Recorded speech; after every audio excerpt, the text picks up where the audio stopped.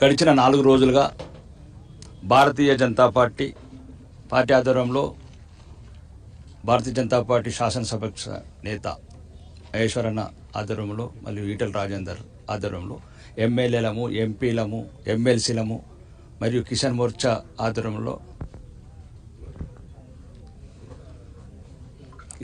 ఆధ్వర్యంలో పరిగి నుంచి మొదలు పెడితే 4 జిల్లాలు 10 జిల్లాలు తిరిగితే ఎక్కడ పోయిన కళ్ళాలల్లా, రైతుల కళ్ళాలల్లా, ఒక్క రైతు కళ్ళల్లో కూడా ఆనందం చూడలేదు.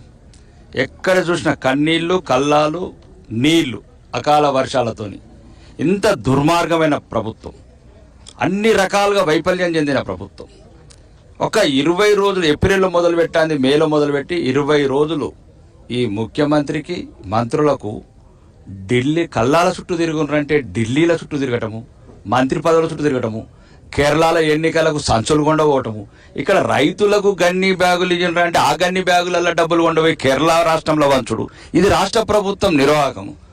తెలంగాణ ప్రజల గోస, రైతుల గోస చూస్తే కానీ నిన్న ఇప్పుడు అన్నయ్య చెప్పినట్లు 70 సంవత్సరాలు ఏం చేసిన 6 సార్లు గెలిచిండు ఆ మంత్రిని గెలిచింది దేనికి? 100 సంవత్సరాల వృద్ధురాలని ఉంటే రైతులు అడుగుతున్నారు, అయ్యా ఎన్ని రోజులు వండాలి ఈ కళ్ళాలల్లా, ఎన్ని రోజులు తావాలి? ఇప్పుడు ఒక రైతు అన్నట్లు మా జీవితం అంతా పంట వండించినప్పుడు ఈ బాధ లేదు, కానీ ఇళ్ళకి తీసుకొస్తే జైలు. అంటే ఈరోజు తెలంగాణలో ఉన్న రైతులు ఈ మార్కెట్ యార్డ్లు కావచ్చు, రోడ్ల మీద కావచ్చు, ఒక జైళ్ళ కన్నా ఇక్కడ నరకం అనుభవిస్తున్నారు. రాత్రి బవళ్ళు ఇక్కడనే పడుకోవటం, మొత్తం ఇంటిళ్ళ పాదులు మొత్తం ఇక్కడనే మార్కెట్ యార్డ్ల నెల రోజుల నుంచి పడుకుంటే ఇప్పుడే చెప్తారు ఆ నూకలు, ఒకవైపేమో నూకలు, ఒకవైపేమో మొలకలు. ఇది ఈరోజు తెలంగాణ రైతు సంగతి.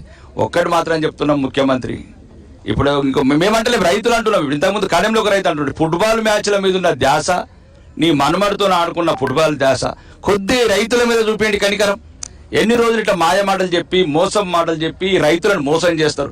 రైతులు ఏం అడుగుతలేరు, వాళ్ళు పంట వండించి ఇంటిళ్ళ బాధలు, భార్య పిల్లలు నెలల తరబడి ఇప్పుడు అన్నట్లు పాములతోని ఏగుతున్నాము, తేళ్లతో ఏగుతున్నాము, అర్ధరాత్రి ఏగుతున్నాము, కానీ ఈ కళ్ళలోకి వచ్చినాక ఏగుతలేము అయ్యా అని ఏడుస్తున్నారు.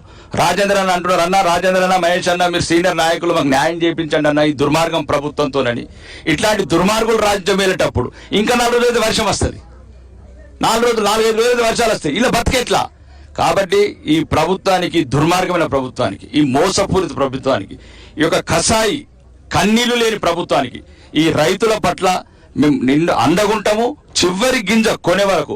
ఒకవేళ ఈ తరుగు కూడా ఏదైతే 10 కిలో తిత్తున్నారో ఈ 10 కిలోల శాతం కూడా మీరే ప్రభుత్వం కట్టించాలా.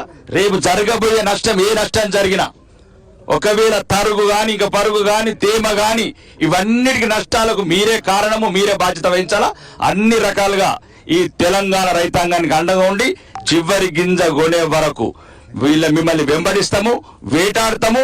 మిమ్మల్ని మొత్తం రైతు ఉద్యమం తీసుకొచ్చి ఎక్కడెక్కడైతే మీ రియల్ ఎస్టేట్ వ్యాపారాలు ఉన్నాయో అవన్నీ ఒక దెబ్బకు పటాలు మంచి చేసే బాధ్యత ఈ తెలంగాణ రైతాంగం తీసుకుంటే. రైతుల కన్నీళ్లు ఈ రాజ్యానికి మంచిది కాదు.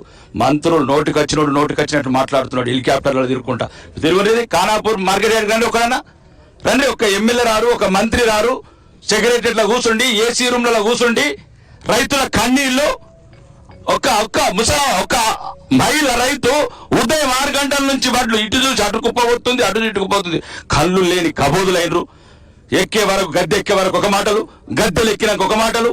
ఈరోజు తెలంగాణ రైతాంగం ఒక్కటే చెప్తున్నది, మాకేమద్దు, మేము కొన్న అడ్లు కొనండి, మా మక్కలు కొనండి, మా జొన్నలు కొనండి, మేము అన్నిటితో నేగుతున్నాం కానీ మీతో నేగుతలేమని అంటున్నారు. కాబట్టి ఈరోజు ఖబర్దార్ రేవంత్ రెడ్డి, నీ ఆటలు కట్టిపెట్టు. నువ్వు ఈ చివరి ముఖ్యమంత్రి అవుతావు ఈ రాష్ట్రానికి. ఒకటే చెప్తున్నాం, ఈ రైతుల పక్షాన నిలబడుతున్నాం. రైతు చివరి గింజ కొనే వరకు అలా అండ ఉంటాము. ప్రభుత్వం దిగేచ్చే వరకు మెడలు వంచి ప్రతి రైతు గింజ కొనిపించే విధంగా ఏర్పాటు చేస్తాం. ధన్యవాదాలు.